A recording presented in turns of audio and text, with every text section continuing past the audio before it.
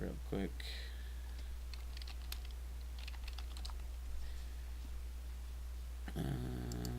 Let's pull up. I forget, can I do this? Can I do this? I had some trouble with this at one point. Will it show this? Or do I have to switch to Firefox? I think that's why Firefox... So, for some reason, Google Chrome does not cooperate with OBS, like, at all. It's atrociously bad for OBS. So will this do it?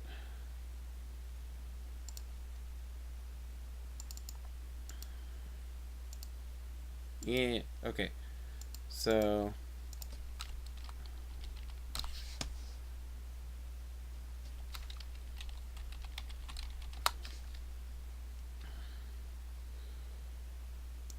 I will mute it because I don't know how YouTube's gonna mix in.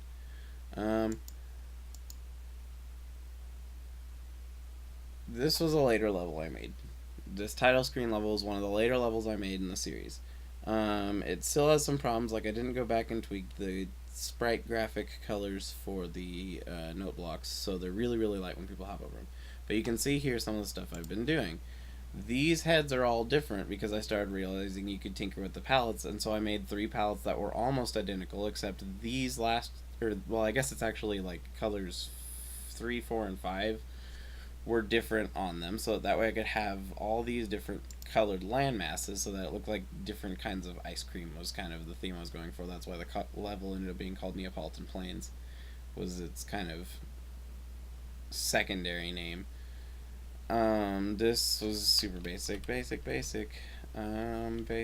is the first level I ever made for the hack, so it's very, very noodly and has kind of angular, just platformy kind of weirdness. And one of the criticisms that people had, and it's a fair criticism, is that yes, you can still hurt yourself on nipper plants if they're up in the air, muncher blocks when they're up in the air, even if there's a vine below them, which is a fair criticism, and I can understand why people would argue that.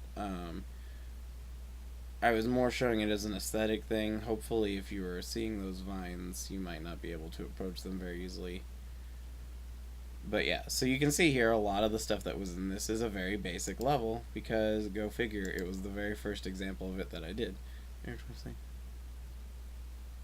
Oh yeah, I guess that's true. It did have a really bad forced gimmick. That was the one where you couldn't spin jump? What was it on that? I don't even remember. I know though that yeah, it suffered really bad from the forced gimmick thing. I didn't like the forced gimmick thing. I never endorsed the forced gimmick thing. But people came down on me as far as my level design graphics concept as the problem with the hack. I really thought that the forced gimmick was a huge problem because I felt like it really pulled away from what you could be doing with what the hacks had to do. So this one was the second one I made. This one was a modified version of a different level I designed for the end of ASMT. There were 2 level concepts I had, and one made it in and the other didn't. Yeah, you couldn't run and spin jump. Yeah, and it made it super slow and awkward and uncomfortable and made you kind of have to take a lot longer than necessary on things. The idea of force gimmick... I mean, force gimmicks are just as bad as wrestlers with force gimmicks. If the wrestler isn't comfortable in the gimmick, you're going to notice it immediately. The gimmick is very important to your personality, so if it doesn't mesh with your personality or it's not a role you can play well, it's going to hurt your credibility as a performer. So I don't like those either. That is... Oh, did I put that right over the top of me? I did. I mean, it's fine. Let me just do this, and I'll have it in the corner while I'm talking about this. But yeah, it's eating my shoulder. So, But yeah, this is one of the earlier ones. The first couple of custom graphics I made in this were the twisted vines that replace this area. Yeah, these little drop vine things here. So that it had a completed graphic at the tail end, so you wouldn't have cut off. Um, when you go back and look at the level now, I've added a couple other things because this is an earlier version of it. I went back and I added things that make it look like the vines are wrapped around those and come down, and that there are a few more vines there at the end instead of the berries. Um, this one was a lot more of a basic one. I don't quite like the palette as much on this one, but I think it's okay. But this is where I started more well, I guess the last one I muted the palette a lot by the end. In the first few forms, it was a lot more of a basic palette.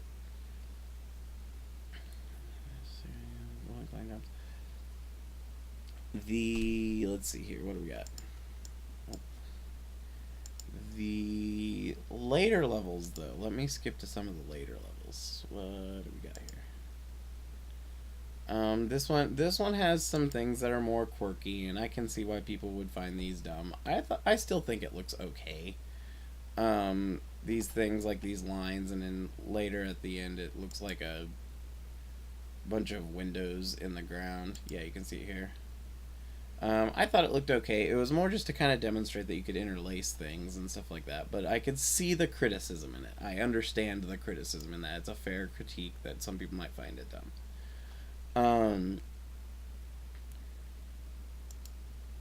This one's pretty basic level as well. This was a little bit after I started figuring out the graphics. This was, I think, the first one where I figured out you could kind of polish up the hub and make it match the atmosphere a little bit. One of the criticisms that I heard for this is that people don't like it when you tweak the HUD. I like tweaking the HUD. I feel like it sticks out a little too much and doesn't feel as integrated in when you have palettes, especially when, like me, you mute the palettes. Which in English means I wish that you could recolor Mario easier in the days that this was made, because if I could adjust the palette for Mario a little bit between levels, then he wouldn't feel so awkwardly bright for everything. But it doesn't have any of the intermix palettes yet. The intermix palettes really start with the water level here. I started tinkering around with putting the tiles in the background and having multiple palettes for the walls in the background there. Let's see here, an example of good gimmick. Punctuated time and running like clockwork. The first one does use nice and heavy. The second one is just a level that nicely uses customized ball and chains. Yeah, see, in my opinion, if you're going to have a gimmick, even a gimmick could be a certain type of enemy that you're mostly working with. Because most of the time when people are using... Hi, there, it looks like I have like some sort of weird scouter on my left eye when I do it this way because of the reflection. Look at that. Could just be like what enemies you're using. Maybe it's a level that only uses... This would be a really obnoxious one, but... that only uses Rip Van Fish. Like, that would be your only enemy that you're using. That could be a gimmick, I suppose. If you made it short enough and sweet enough, or you had creative enough ways to use that over and over again, that would be fine. For example, Yoshi Cookie Zeus could make 6 different levels that were all thwomps, and all of them could be really interesting because he's pretty much learned all the things you can do with thwomps, and thwomps are a pretty versatile monster when you include the different variations of him. But yeah, so here I had foreground and background. This is where I started tinkering with that. Overlapping, blocking view, stuff like that. Where I started to think creatively, as they say in Don't Hug Me, I'm Scared, is in a level where green is not a creative color. So I started out by just demonstrating basic cave palettes, because cave palettes was something hadn't used up till this point, so I just kind of was trying to make a little bit of a level that kind of demonstrates a little bit of the funky tiles, which I had to make all of those because there are no diagonal transparents in the cave stuff. This is me kind of talking about that the palettes don't all have to be generic, because there were a lot of the same color the same colored kinds of palettes in a lot of the hacks that I'd seen up to that point. That's not to say that that was all that was available at the time. That's just to say that of the hacks I'd seen, they'd mostly been the same kinds of color palettes. This is where I started interlacing two color sets overlapping each other on the same squares, and so there was more color variation involved, and that's where my idea to start mixing tile sets started coming from. Although I only ever really mixed tile sets thoroughly in one level, and that didn't come until A2MT. Here's another example of the same idea. This was supposed to look like ore deposits and stuff like that, and then I kind of went a little overboard and made them a little larger the farther I went through the level. But it was more just tinkering with that, because I went through a lot of work to make all the graphics that worked for that last level, and felt like I could do it again with another aesthetic.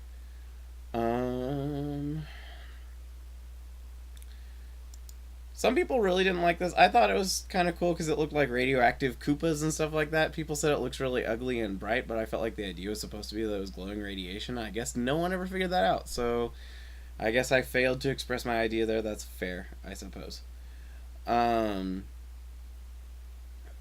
It was a really short, simple level, not very fancy. Just be more tinkering with more tile sets and things like that. I apparently made the creators on Tai kind of irritated, because they're like, oh yeah, you can totally make a tree level with lava. And I mean, I guess you can, yeah. But I just meant it seems kind of awkward and out of place. If you look at what happens in Minecraft, you can see exactly why you don't want lava in the middle of the forest. To be fair, I was 17 at this time and still exceptionally socially awkward. Like, I'm still socially awkward, but not on that level. This one was me more, again, tinkering with those same kind of itty-bitty things that I'd had before. Everything here is has tile set. Everything is foreground. So even though these ground you can't see, they have layer priority. That's what it is. They have layer priority over Mario, unless, like there, you're jumping through it. Just so that way. There were a few different mechanics that I could do that way that I couldn't do before, and so that's why you hop behind everything and stuff like that. Let's see, what else do we have?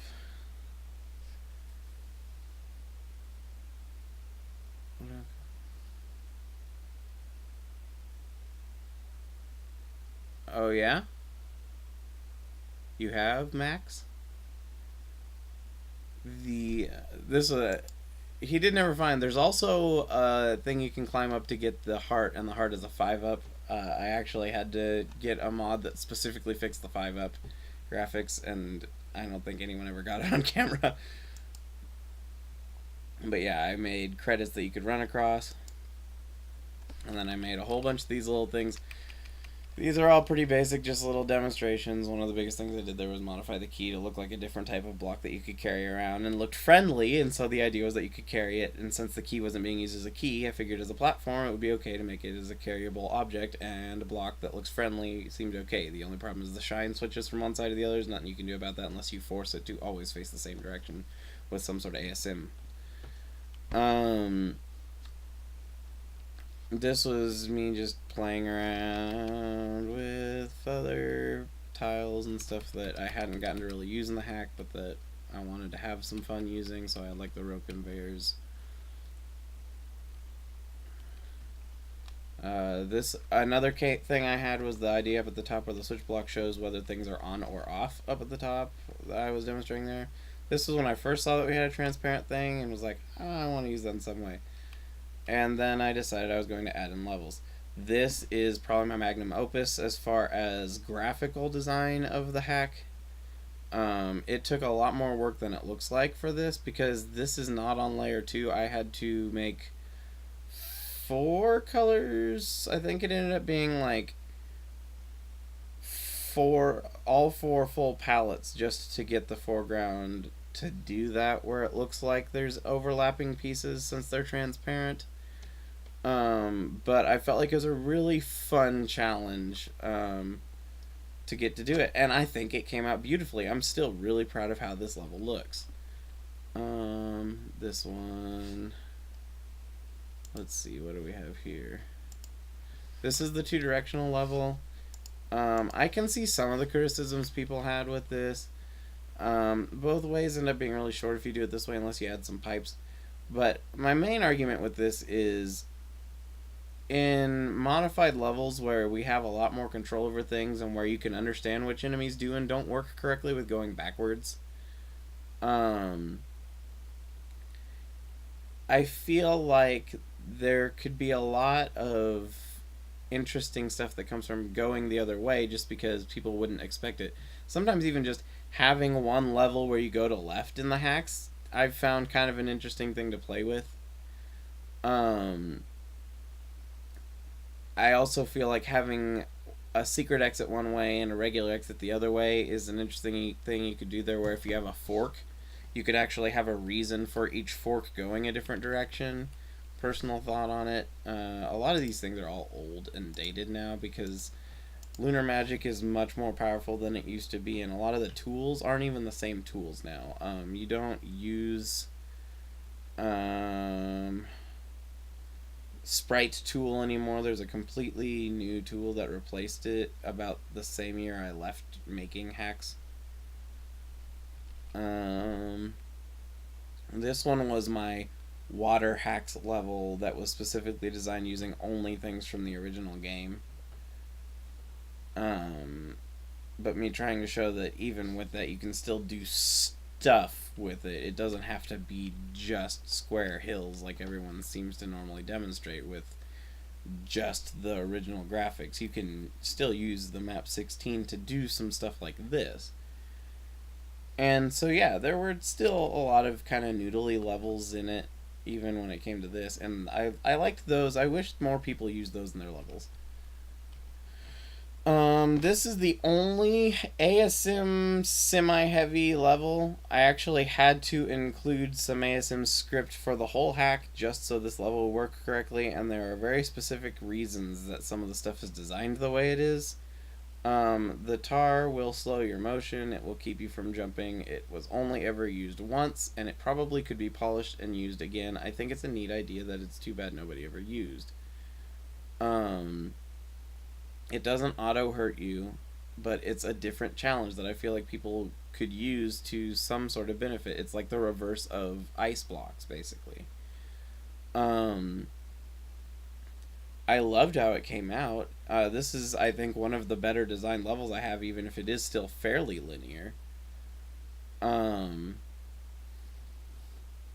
This was the problem, was that when I first submitted this level, I forgot to check which text box was which, and so the warning for what the tar was already halfway through the level.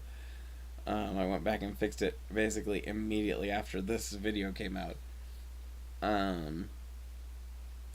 But yeah, you'll never see any tar that reaches an edge that you fall off of here, because if you fall off because of the way that it modifies your jump, it crashes the level, and so none of the tar things are exactly by the edge of a platform. That was the one thing I had to learn, because we didn't ever find a solution to why it was doing that, so I just avoided that being an issue, which is why some of the things are designed in the original Super Mario World the way they are, was to avoid certain problems happening in the first place. This is the title screen level. And then this was the last level I made, which was kind of the... I guess it was... I really wanted to include Dino Rhinos because they had their own palette and nothing else uses it in the entire game, but I wanted them to be a different color, so I made them purple because I thought they looked pretty nice in purple. This was another example of me kind of muting the palettes, though, and I really liked how the cave came out as a kind of deep blue, but it still isn't using the max saturation. I made a couple levels after this, and then I got a lot of friction from the community to the point where even Raka has said on a couple of different things I've discussed with him, he's like, "Yeah, no, people like took it way too harshly for no reason." Add some remains of Tarblock. Oh, did it?